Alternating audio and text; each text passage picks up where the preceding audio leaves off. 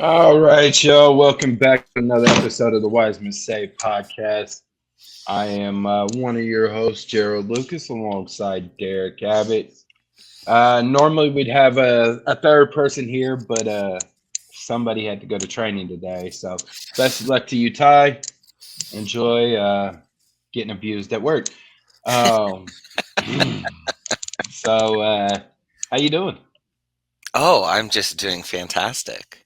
I've gone through all the range of emotions the past few days, one cycle of it. Now I'm going through the second cycle of it. Uh, but I'm going to try to remain positive for as long as possible, at least. As we talk about it more, I'm sure just going to get to one of the stages of anger or whatever it may be.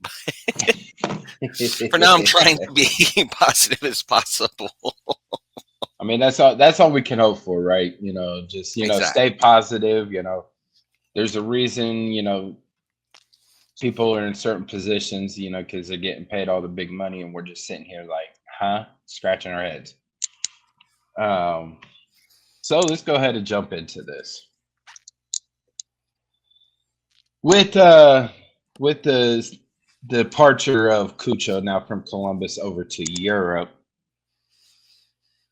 Is this a sign that MLS is finally getting some respect put on their name?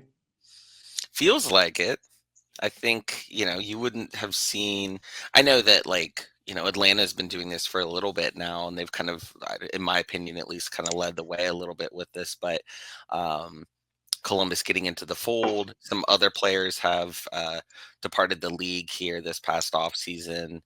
It feels like we're getting a lot of respect. I still don't know that I'm fully on board with us being a league that's kind of developmental or in the business of selling players and just revamping. But after this long, I should be at least used to that side of things. So we should take it as a sign of respect for the league and for our team that we've been able to develop somebody well enough that we were able to get them over to a bigger club and more notoriety. And hopefully Cucho is now able to make the World Cup. That would be very, very cool to be able to see him playing in the World Cup in 2026. So, so what you're saying, is it's you feel like we're finally getting respect put on MLS's name, right? Yeah. All right. So does this type of deal happen without Messi? Ooh, good question. And I not only Cucho though, but look at some of the other like transfers out and the transfers in. Does Yeah, that yeah. does that happen without Messi? I'd like to hope. I'd like to think so and hope so. I don't know. I've never really paid attention to globally what numbers are of more viewers of MLS. I often wonder if the Apple deal has expanded and helped more people watch the league, or at least we can only see it from our end. And, I think at times it does probably stifle it a tad bit, in my opinion. But from a more of a global perspective, if more people know that Messi's playing this league, they're probably paying more attention to it in one way or another. Casual fans, diehards, and I do think that inevitably, as much as, especially here in Columbus, it may annoy us at times that our little bubble, it doesn't feel like maybe Cucho was getting as much notoriety as like a Messi from a league perspective. That doesn't mean that obviously these outside clubs and people in other leagues are paying more attention to some top tier talent that we have, which the grand scheme of things, if that's true, is great overall. I mean, we want to be a respected league, and for the longest time, you would hear Berhalter talk about it when he was the national team coach, how players needed to go play overseas in order to get better experience and things like that because our league just wasn't up to par. That may not be the case as much anymore now, seeing moves like this, like Cucho, like others. And maybe that's why some of them are getting to come over here because they feel like they can be developed better and then move along or then go to play on these national teams and such. I think,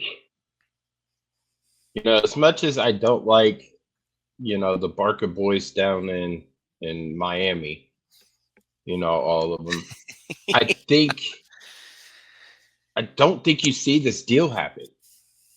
And I think that, people still look at MLS as, uh, like Jude said, better be a seller than a retirement team, right? Yeah, So 100%. I 100%. think, without Messi, I don't think you see a lot of European players come over, and I don't think you see as many uh teams selling to Europe or South America or different teams. I don't think you see that without Messi. As much as he gets on my nerves, he's the Patrick Mahomes of MLS. Oh, that's such a good that's such a He's good the analogy. Patrick Mahomes because you can't even touch Messi without picking up a foul.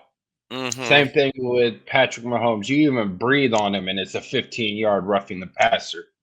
But that's a different story for a different show.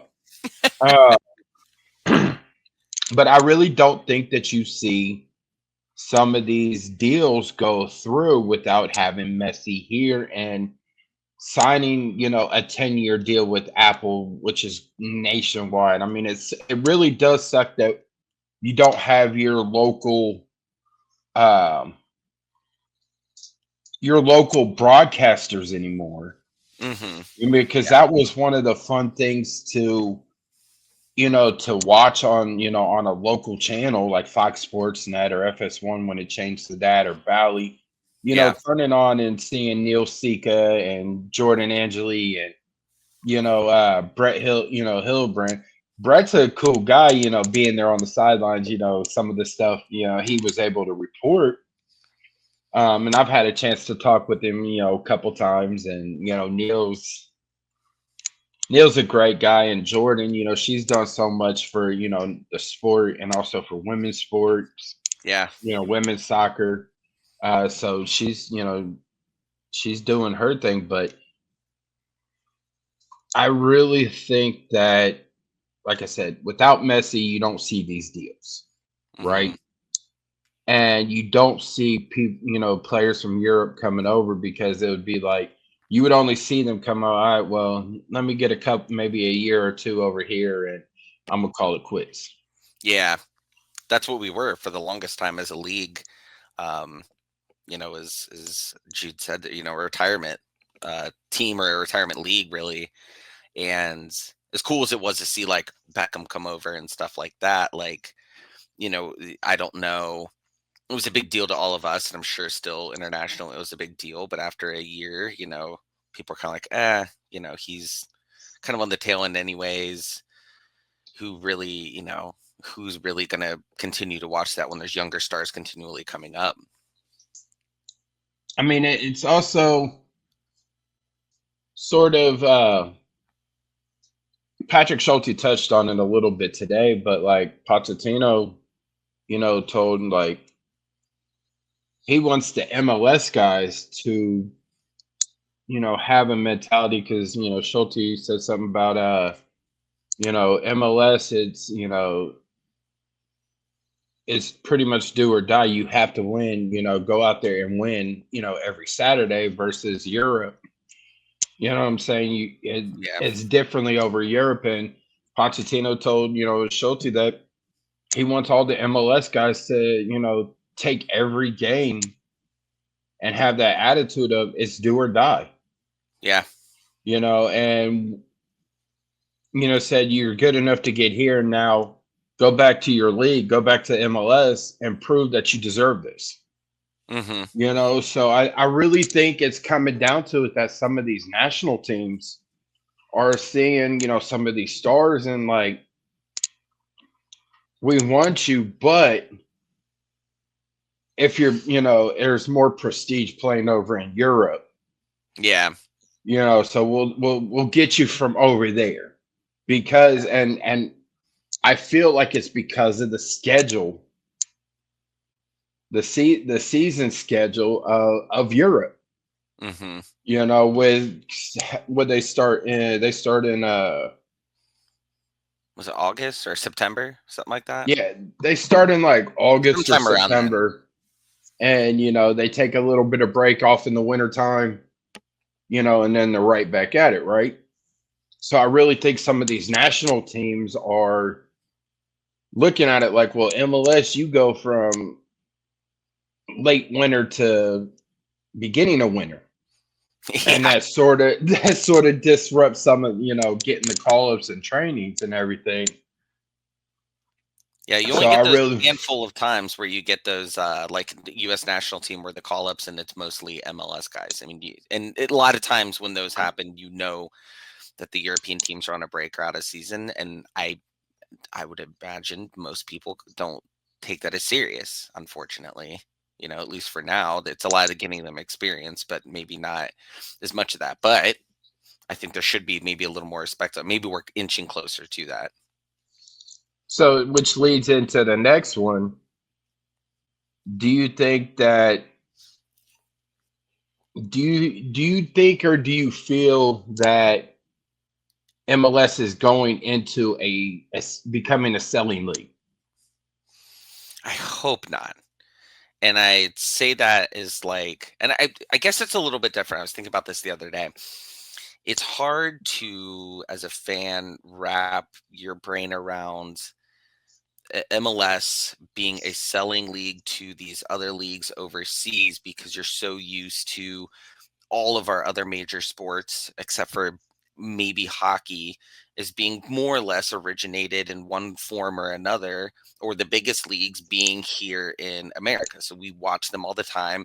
In our minds, these leagues are the top tier of the top tier. So you don't see people then transition overseas. Basketball's kind of doing a little bit more, but it might be the inverse of us a little bit to some of these leagues over there where it's hard to sometimes wrap your brain around the idea that you're not the top league in the world, and soccer's not a sport that America created in the first place. And so you have all these other really established leagues that are just above us, and so all of our guys are naturally going to want to go over to them because that's kind of where they are now, and where they've always been is kind of those top things. So for me, it's slowly getting to the point of like coming to the realization of like we don't want to be I don't want to think of us as like a minor league system, but to a degree we kind of are, and might be for we're not going to ever in my mind eclipse the Premier League and some of these other ones. Like it's just probably never going to happen. But if you I guess there's like if Cucho goes back to Premier League or somewhere where I can watch readily available, and not to say some of these other leagues you can't. I just don't necessarily always go out of my way to watch them on Paramount Plus or somewhere, wherever they're broadcasting them at.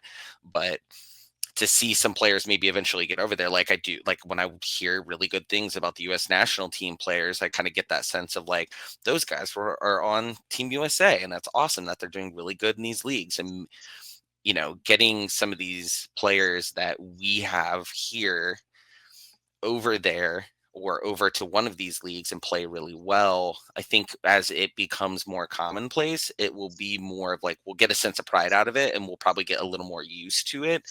But right now, I'm still on that side where I'm like, I don't want to lose these really good players because in my little bubble here in Columbus, I'm like, I want us to be the number one team in our league, and I don't want to lose these guys and potentially lose some of that momentum we have, the local team. But in the grand scheme of things, none of these players are growing up thinking, I can't, there's a few like a Josh Williams or somebody maybe where they're like, Columbus, this is the pinnacle, the Columbus is seen where MLS is seen as a stepping stone to get to that next level. And it's one of the few sports we have around here or major leagues that is the case where we're not the top tier.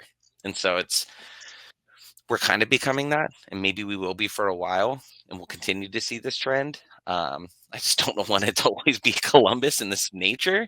But it does feel like it does add more prestige overall to know that these players played on your team. I think Jude hit it on the head, though. A selling league is producing. Yeah, they wouldn't come looking over here if they thought that we weren't a good league.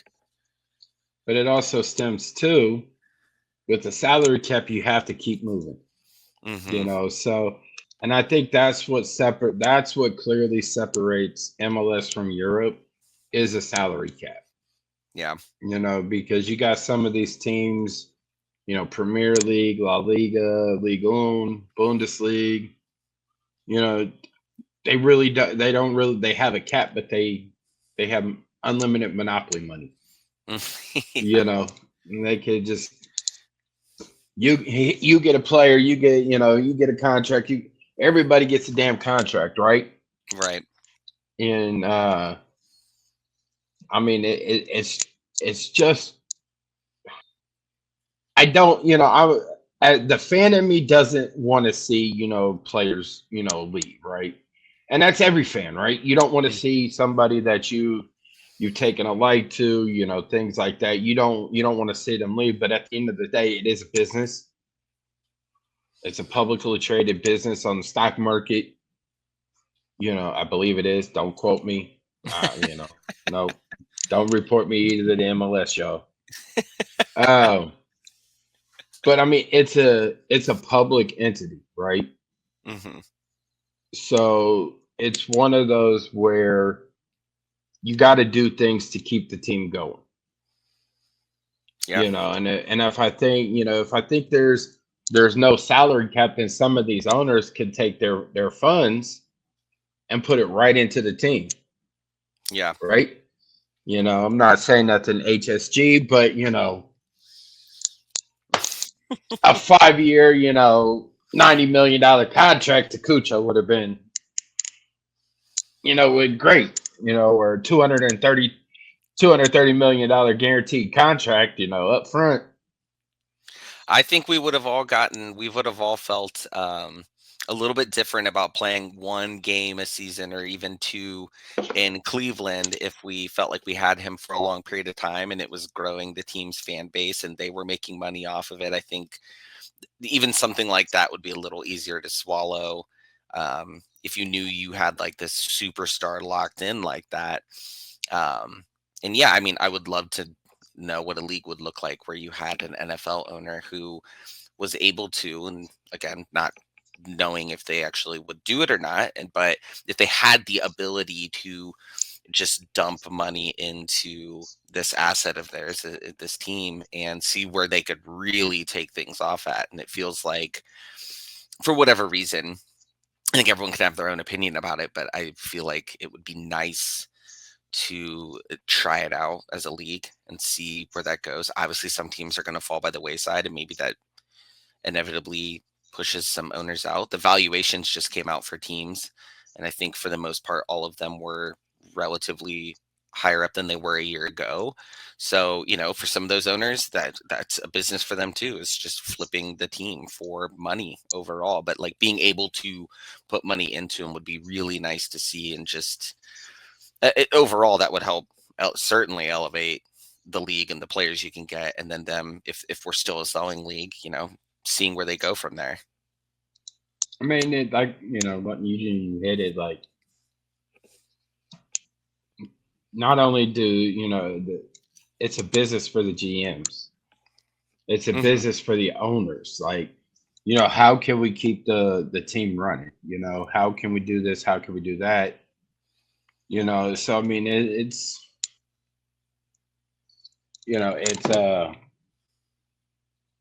it's trying to feed the fans and also feed the team, and you got to look at to see, yeah, you might make the fan base unhappy, but at the same time, if you get somebody in, not saying that they can find somebody right off the bat that's as good as Cucho, if not better, but who knows?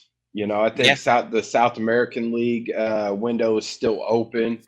I think some of Western Europe is still open, or Eastern Europe. One of the two. I don't know. You still got Central American windows. I think are still open. The African League windows are still open, uh, but the window's shortening. Right, Hmm. everything is shortening, and with the season coming up, so we're anxious to see what's going on.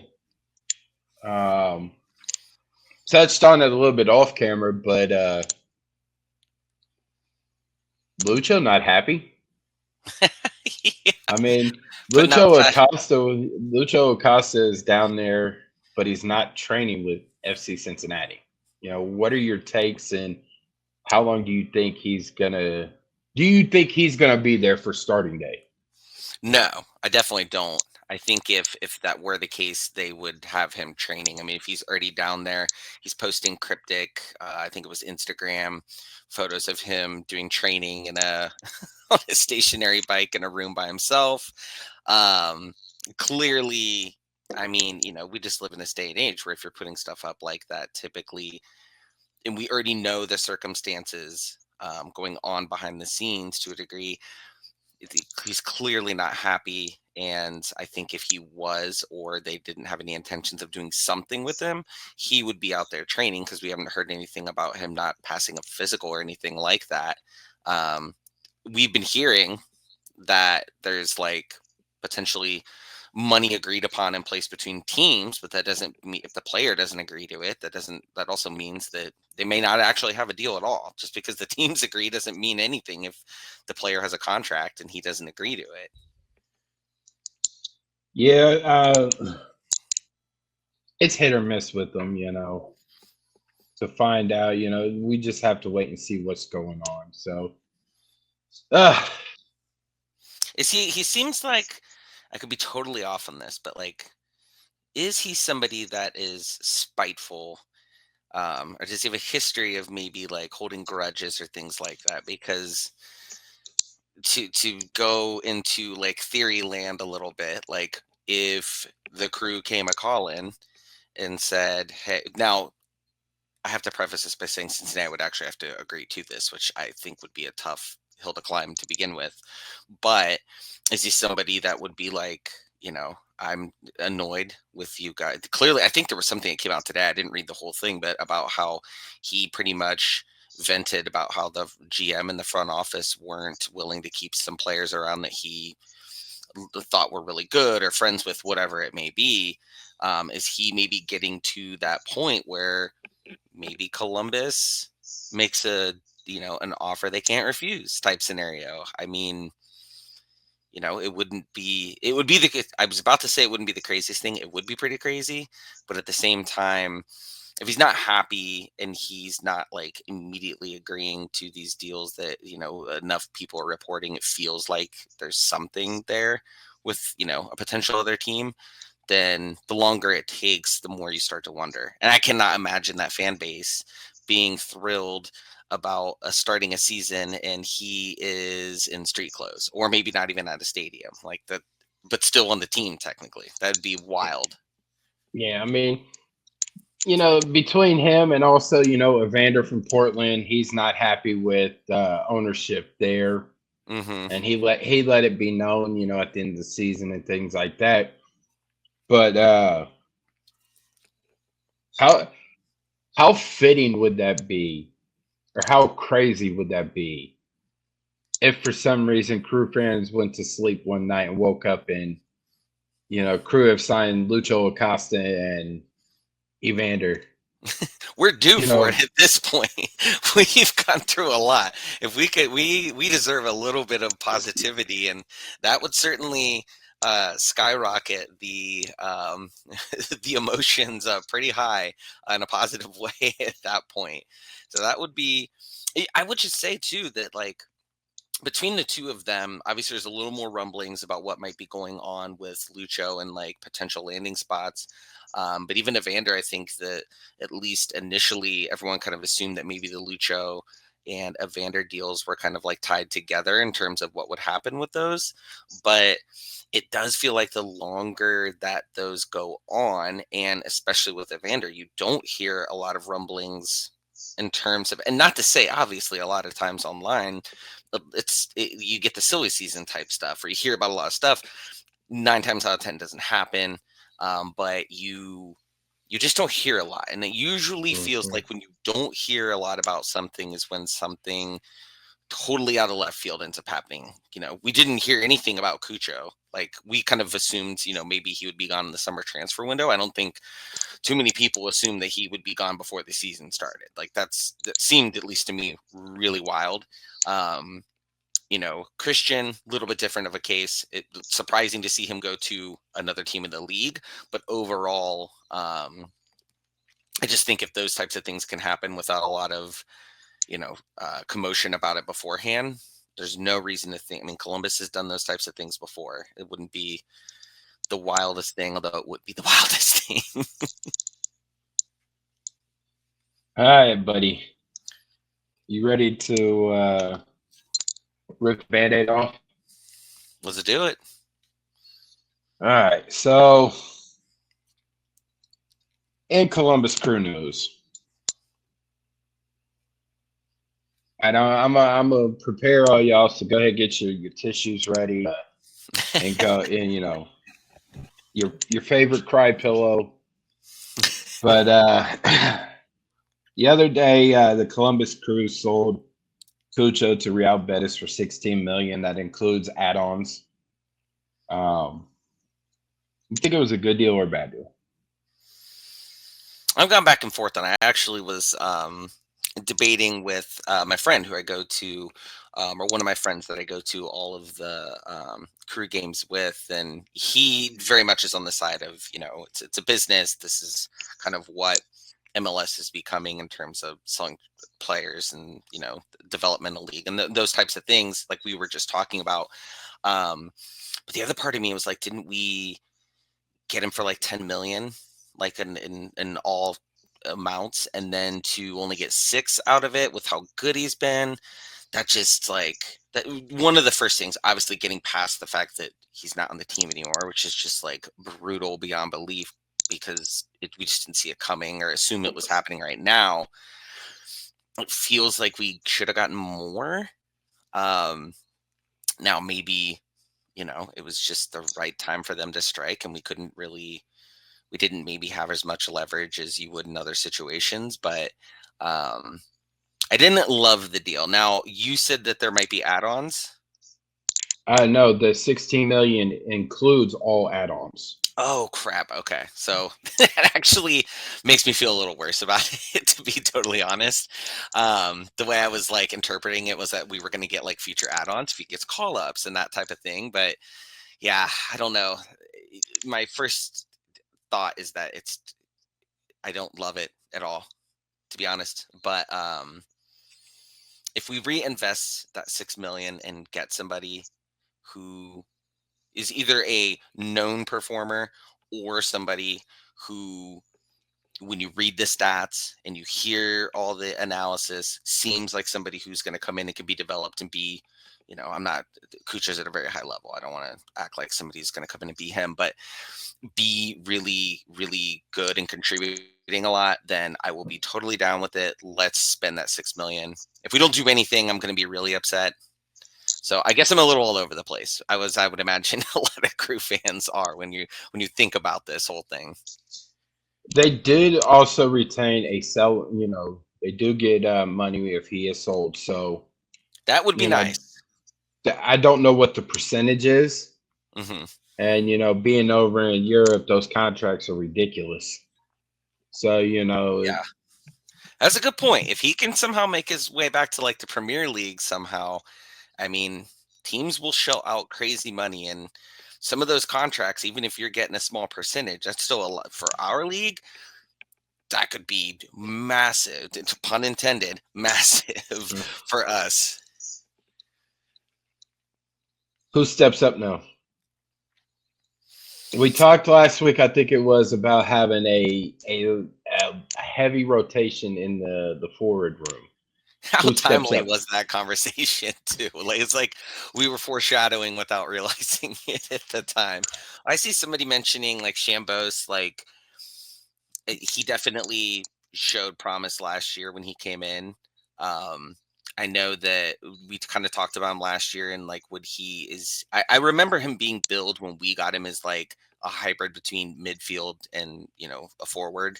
Hmm. Um, I hope.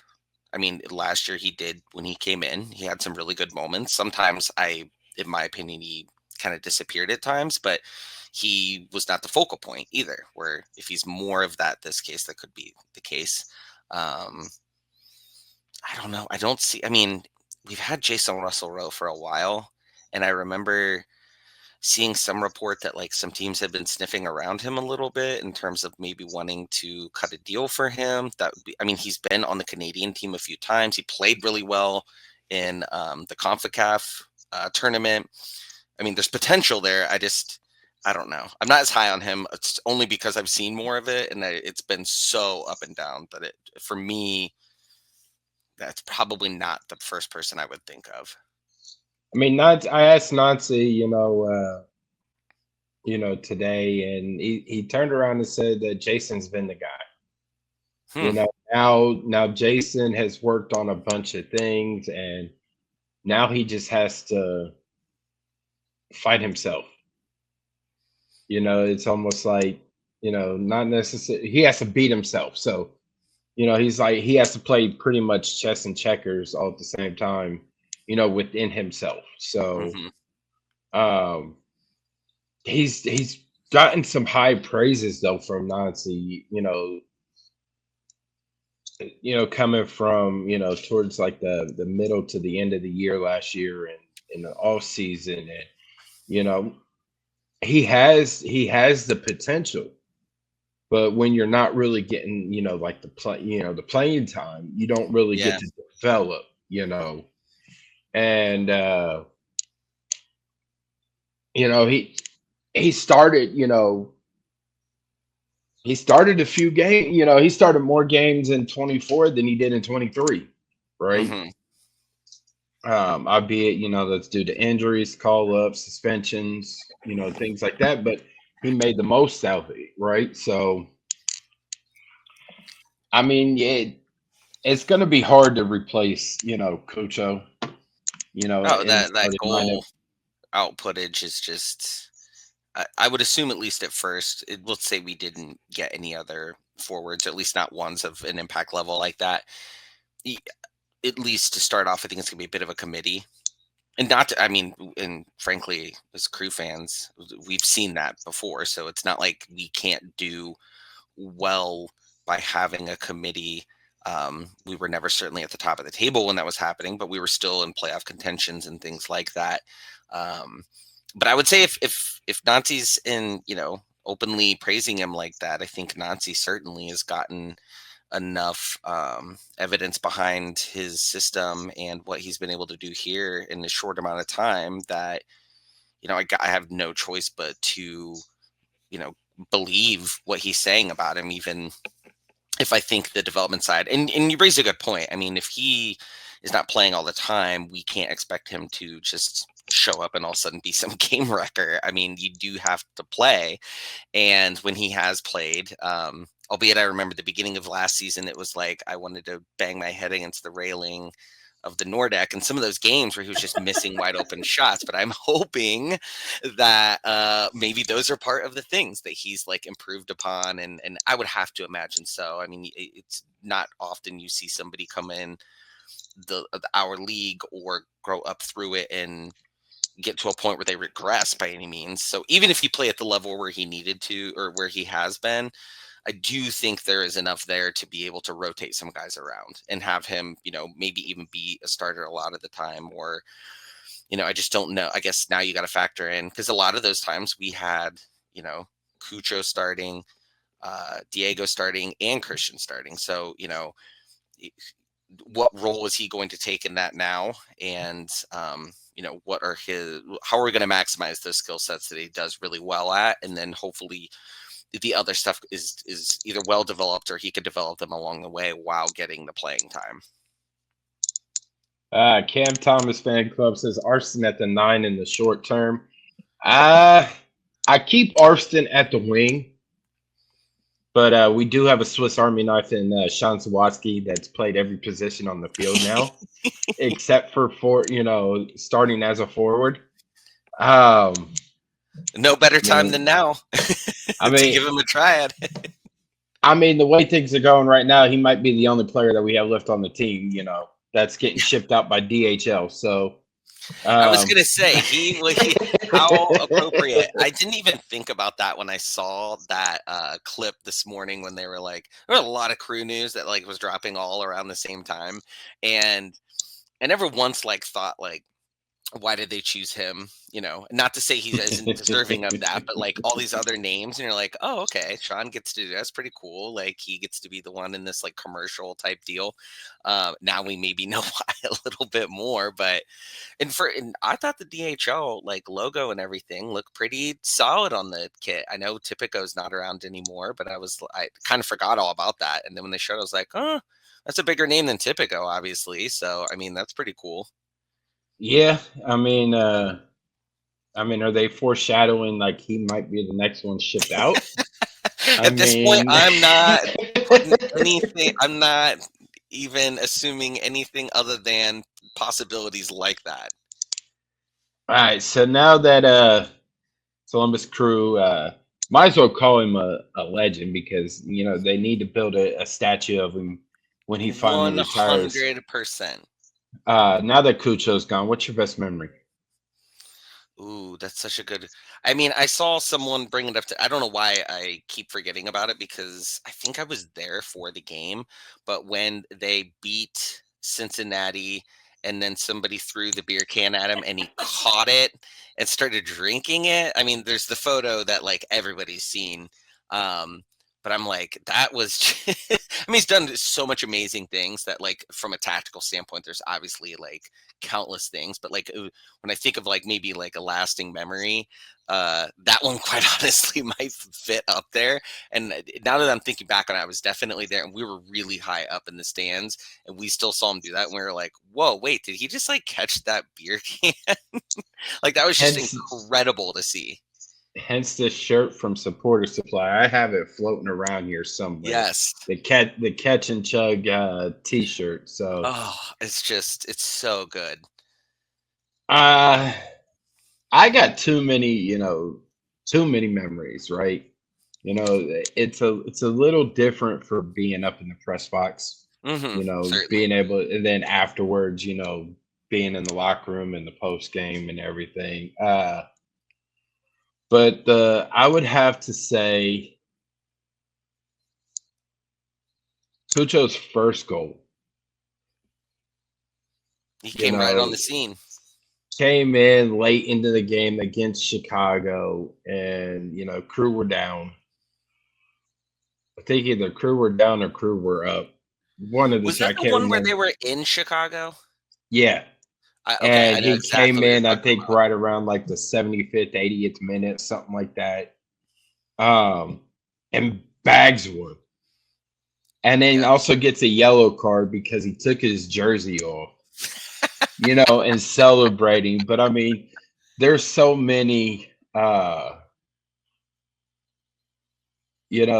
and then I think Cucho also, when he scored, I forget what game it was, but he also threw his jersey in the Nordeca last year. Yes. So I Yeah, mean, yeah. it's one of those where you're gonna miss that. You're gonna miss it, but there's so many memories that us as Crew fans have, uh, that we Oh, and can I think always that cherish.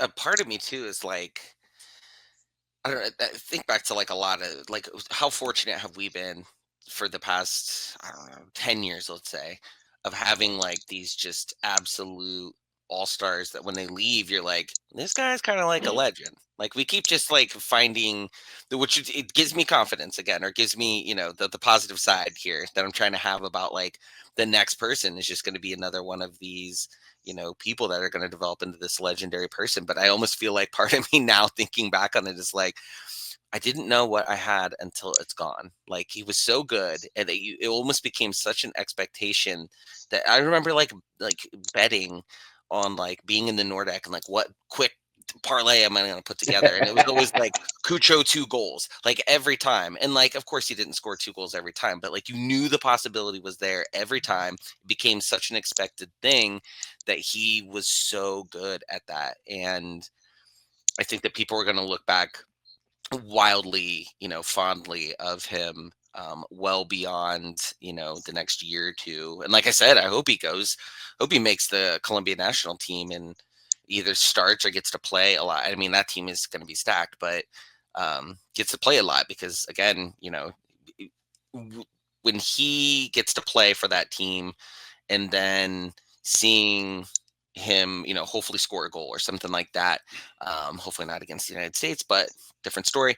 And but I will immediately think like this dude was on the crew. We got to see him like every single game for a few years, and it was amazing every single time he was on the pitch. So do you think now, honestly, with this move that he finally gets a chance to get more minutes with the Colombian national team? I don't know. They kind of alluded to that. I think it was in Issa's Yep.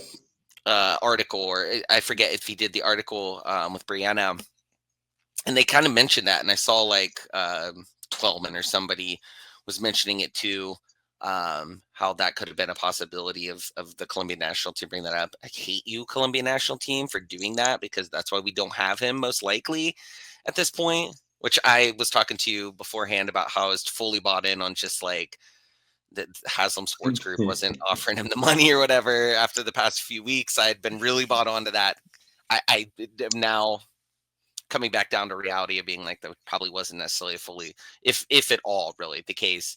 But I mean, he better get from a selfish crew fan perspective, he better be getting more minutes and more call-ups and getting to actually play when he is brought in there.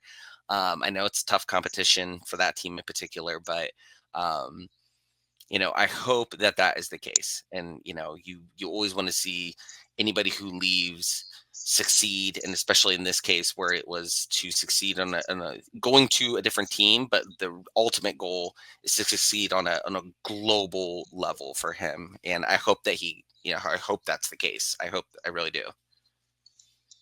So everybody was trying to digest, the Tom bomb that Tom Bogert dropped about Cucho and everything. We were on the And final then, stage of grief. and then all of a sudden, here comes Tom again with another Tom bomb. Steven Moreira was being talked about. No, like I can't.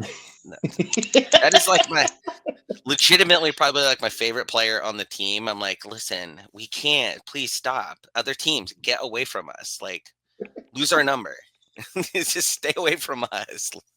I could say I haven't heard anything else about Steven other than what Tom mentioned, but I mean it just was like seriously like we just lost Cucho and now here comes Wasn't that oh like yeah, literally hours later or something crazy? Like the like time, an hour later. yeah, the gap between was like we didn't even have a chance of like depression or sadness, or like we were still in like that weird like you see in the movies when like a grenade or something goes off and the person like immediately just ringing in their ears and they are completely like disoriented from where they're at. Like that's how I felt. And then I read that and I was like, what is happening? Immediately I'm like, someone is coming in and they're pillaging our entire team. How is this I humanly feel like possible? And I hope that you, like you said, that nothing else comes out about that. But it was hard.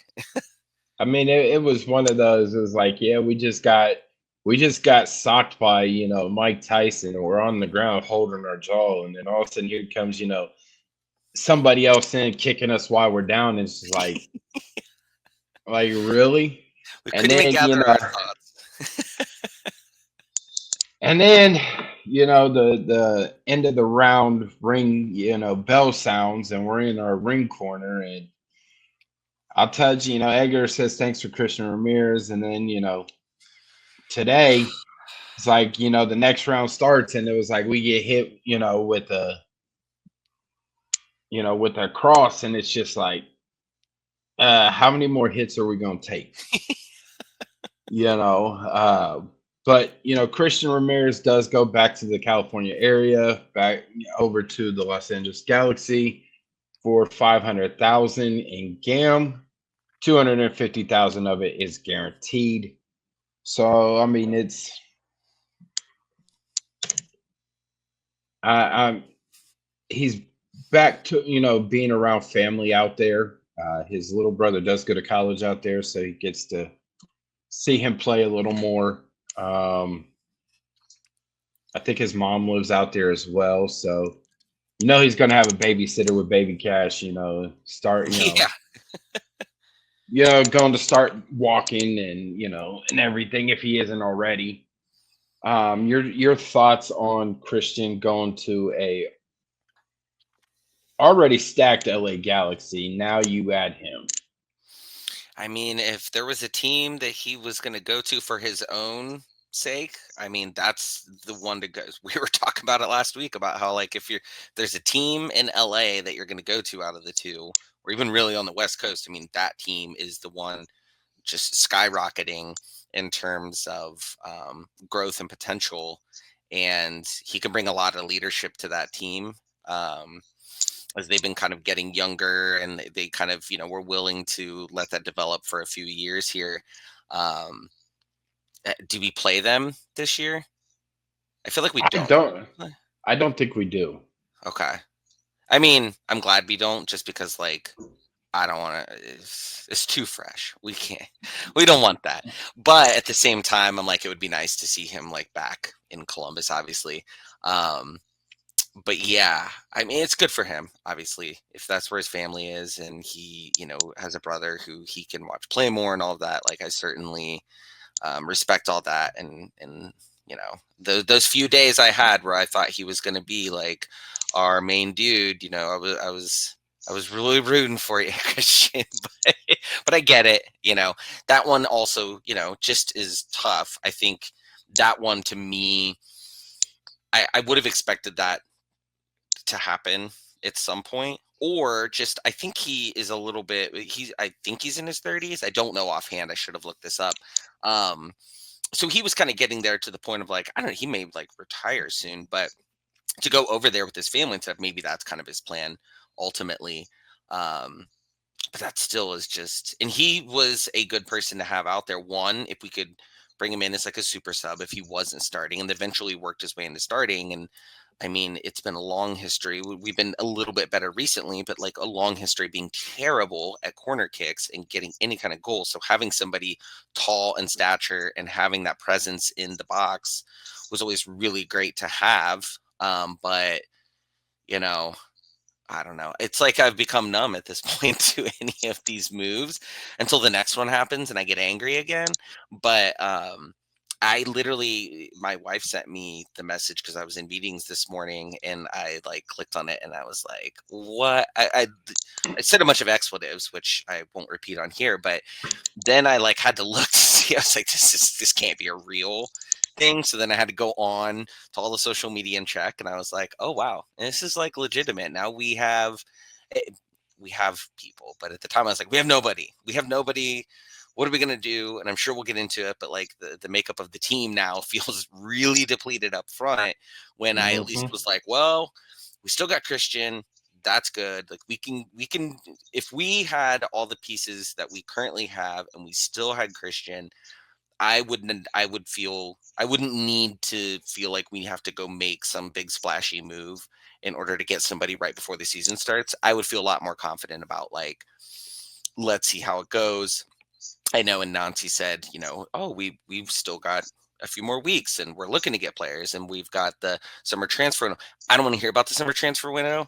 I don't want us to, like, hopefully be in a decent position by then. Like, that is not how I want to operate. I mean, I know that these are much smarter people than me, but as a fan, I'm like, that's not, I don't want to go that route. Like, that's not good. And so I had, like, I was pretty comfortable with the idea of it, but now, it feels like a little bit of coming back to the drawing board. And Diego Rossi is obviously a stud.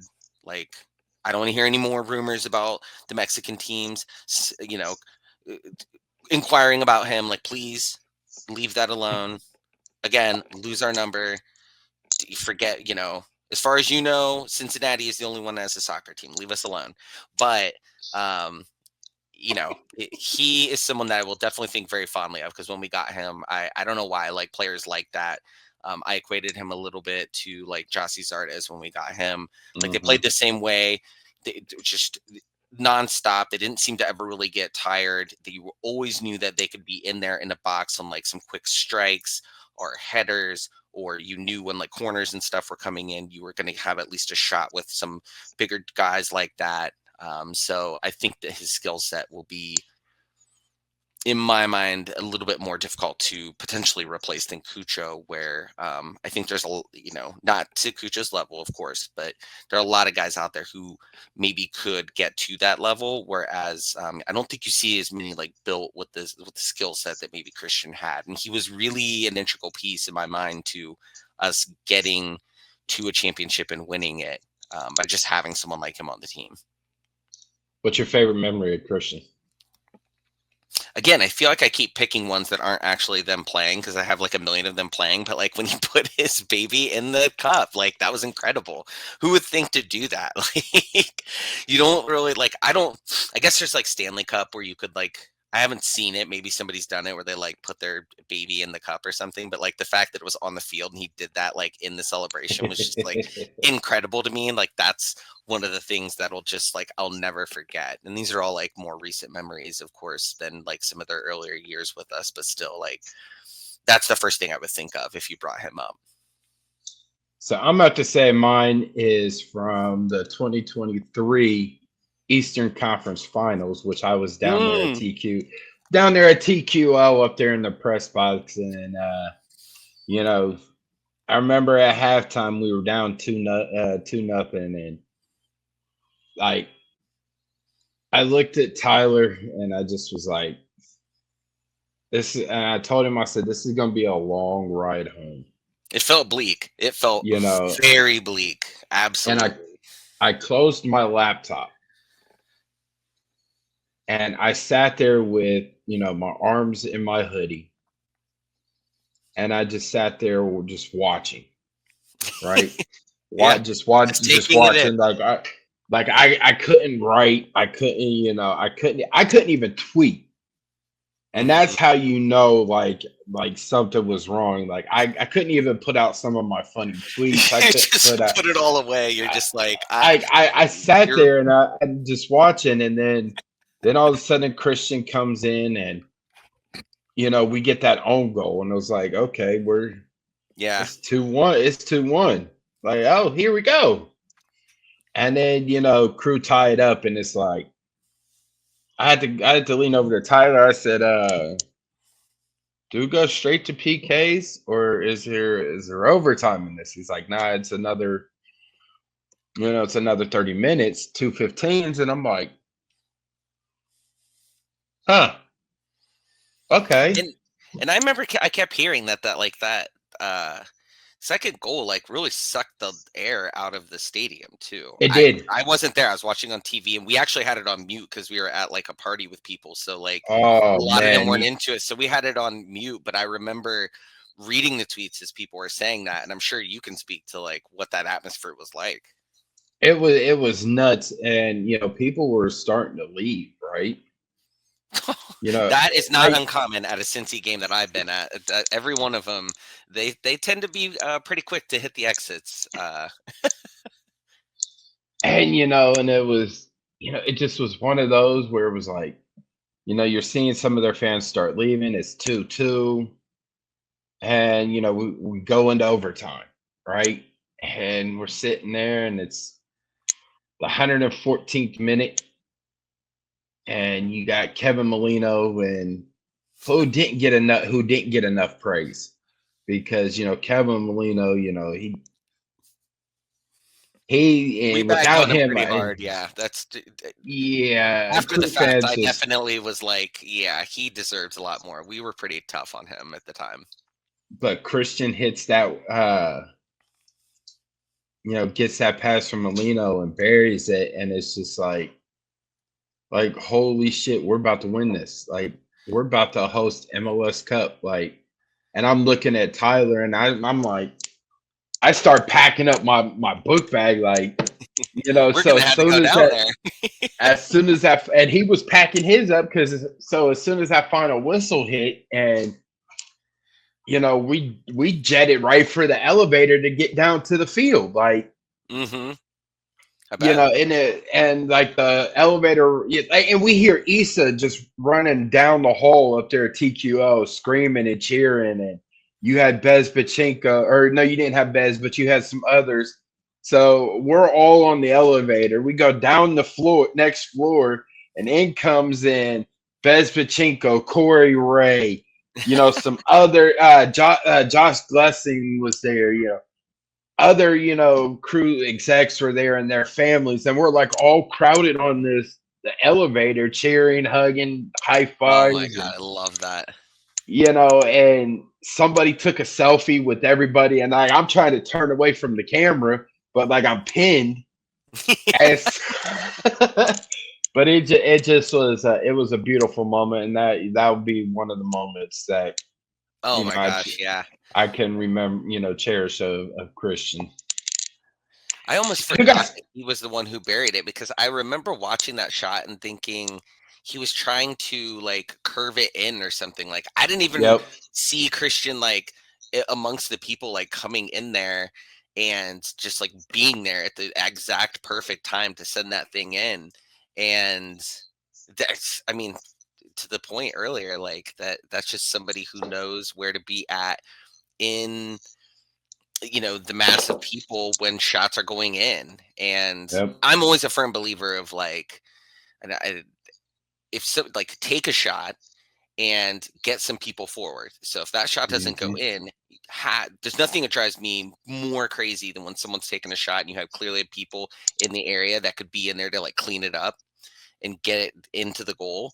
And he always had a knack for that. And I think, like you said, that honestly is probably the biggest one he had for us. I mean, is getting us there because it was just the perfect place, the perfect time against the perfect team. Um, and that's awesome. Like you got to go Yep. down and everyone's just going nuts in the elevator. That's so cool. So I do got some good news though for everybody. I can't really say. I mean, it's not good news like everybody's waiting for, but it's a positive note. The Cappies start the first round of the U.S. The Lamar Hunt U.S. Open Cup. March 19th at 6 p.m. at lower.com. They take on the New York Renegades. That's a Wednesday, right? It's a Wednesday night. Okay. Um, it feels good to say at least there's one Columbus team in the Open Cup, and it's on a Wednesday. So I mean, it's like I don't know what the crowd's gonna be like, but I if thought I saw the everybody start time is like 6, right? It's six earlier. o'clock, Okay. yep, 6 o'clock, and it's one of those where you bring back a crew legend with Oh, I people, cannot wait. right? And so it's like you got him, but he also added to his staff Josh Williams. No way. Wait, what? Yeah, so Josh Williams is on the coaching staff for Crew Two. There are going to be a lot of the there's going to be a lot of the like diehard Nordic fans that are just going to go nuts over that. I did not know that. Was that Yeah, today? Patrick Murphy brought it out yesterday, and brought out, and he was catching all types of heat trying to compare Josh. People were saying he was comparing Josh Williams to Cucho.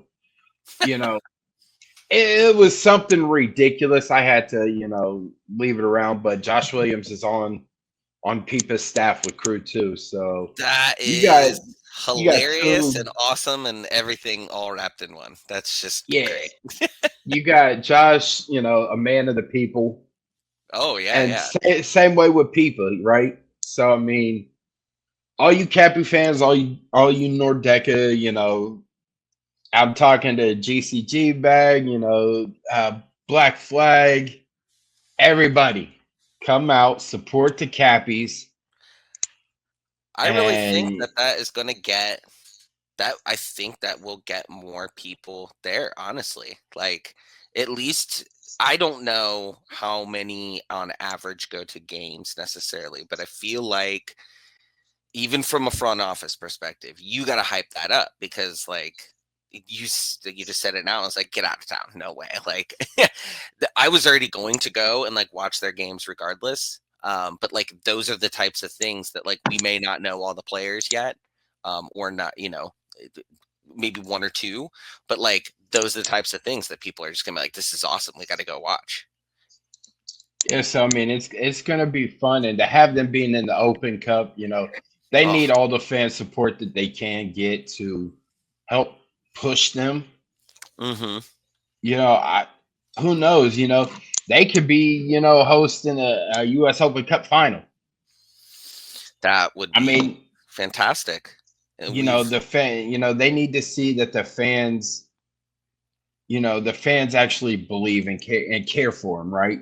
mhm. Because they do get some fans there at Historical Crew, but you bring in, like I said, you bring in people, and you got Josh on the staff now. Like, come on now, It's all y'all got get to out there and create. support the Cappies.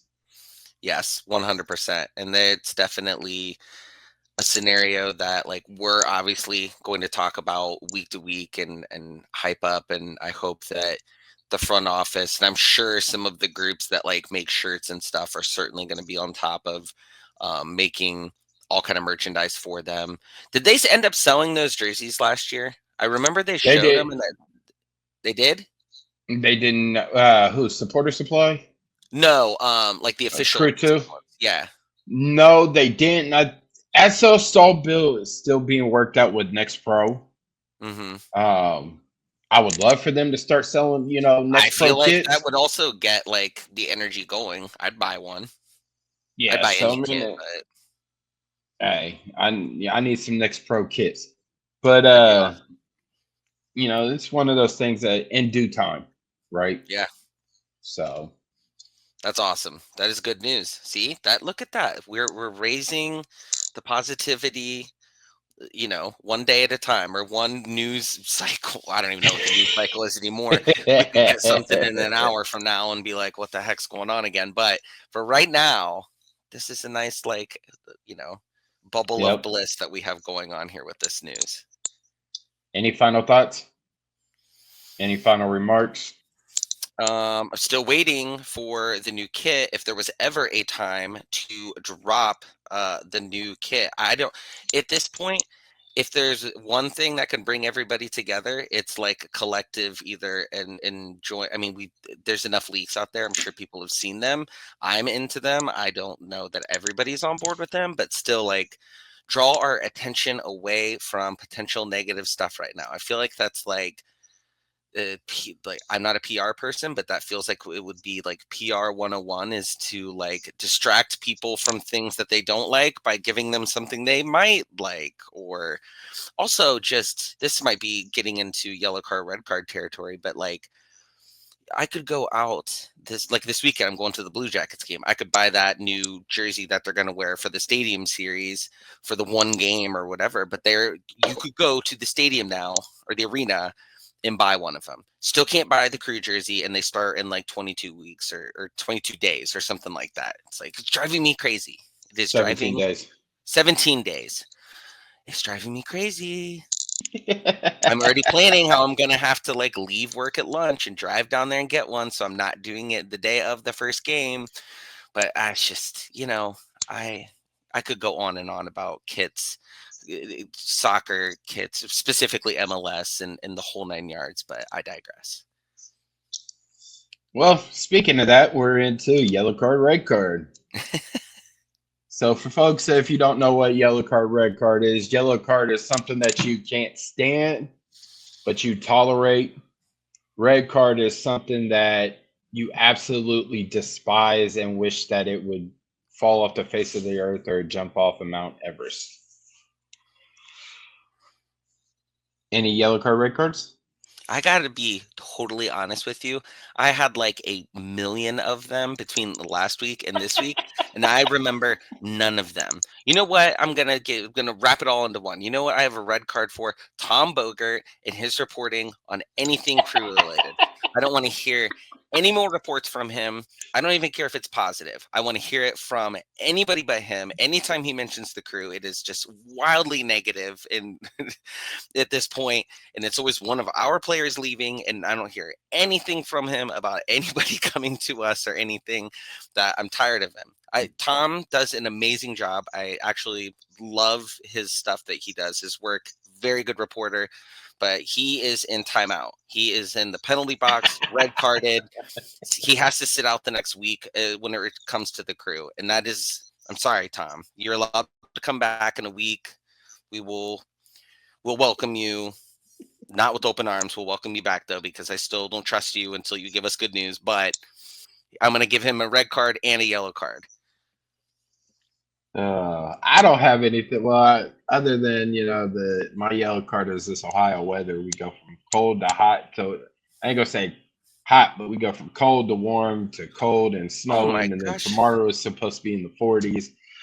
I mean, somebody give Mother Nature here in Ohio a blunt and tell them to chill out.